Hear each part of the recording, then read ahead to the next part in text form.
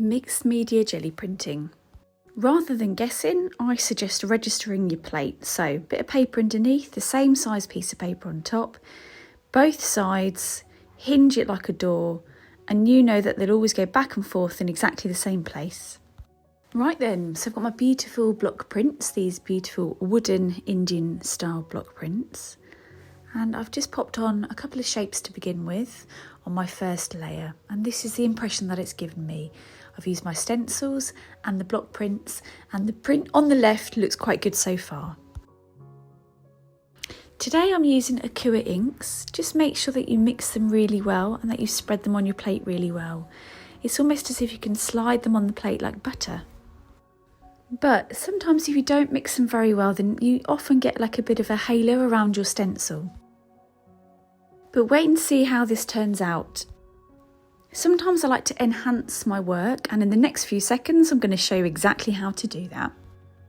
Here we go then. So from here I've got my ghost print and my original print, and I'm just going to use my offcuts and create brighter suns, just adapt it in some way, have fun, a bit of mixed media collage, why not?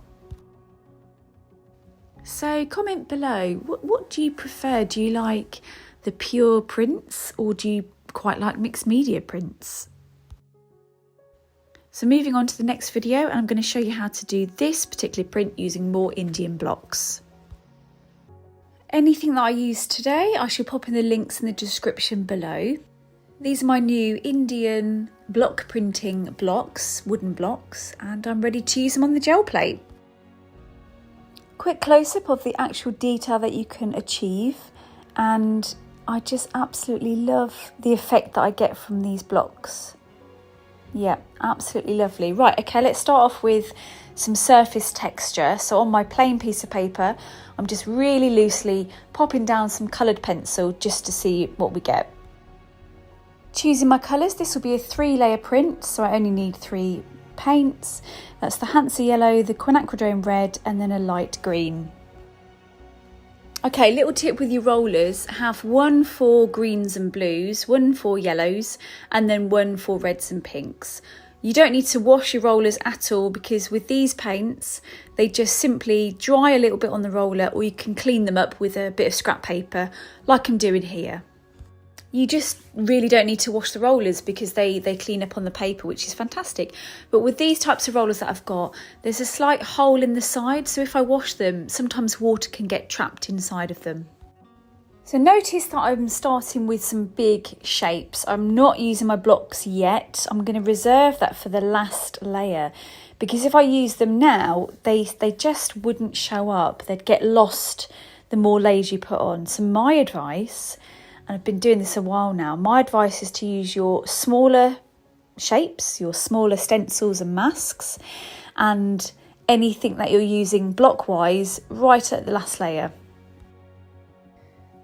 You'll see me use a scrap piece of paper quite a lot, because in between each new application of paint on my plate, I clean the plate and I clean the roller. And that's really key, because whilst they're brilliant paints, actually they can build up a bit of a residue on your plate, and you want a crisp, clear print like what I've got on the left hand side. Okay, next colour. So with these paints, they're very strong pigments, they're amazing. I'm just going to give you a little close-up here.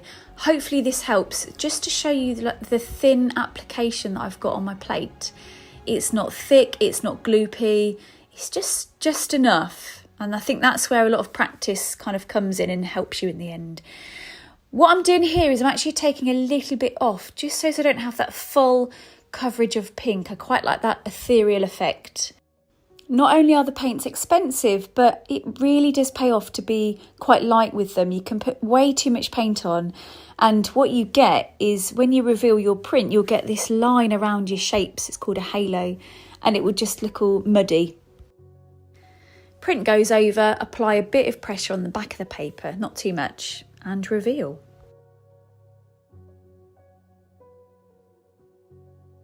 So stick around, we've got one more layer, and this is what I've got so far. I could leave it there, but I think we could push it a bit further. And what is the difference between a stencil and a mask? Well, a stencil would often have bits cut out, perhaps with a craft knife, and it would allow paint to go through the stencil in some way. It would allow the paint to pass through, and it would leave a positive shape behind. Whereas a mask, in my opinion, would mask out an area. So what I'm doing here is creating a circular mask to protect that lovely floral sort of sunshine area that I've got on my print already. And that does not allow any paint to pass through.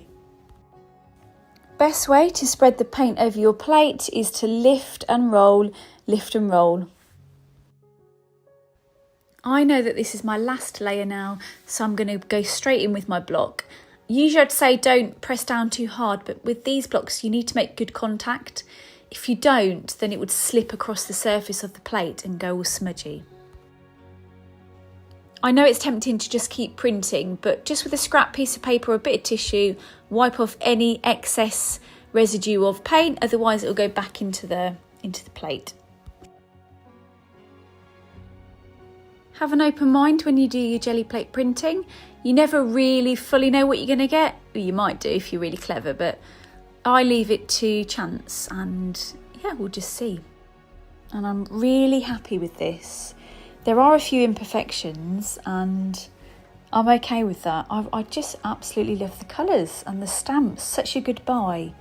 Because whilst some of the stamps haven't come out really, really clear, because I've got a lot going on my print, I just think that it just creates this wonderful depth and interest.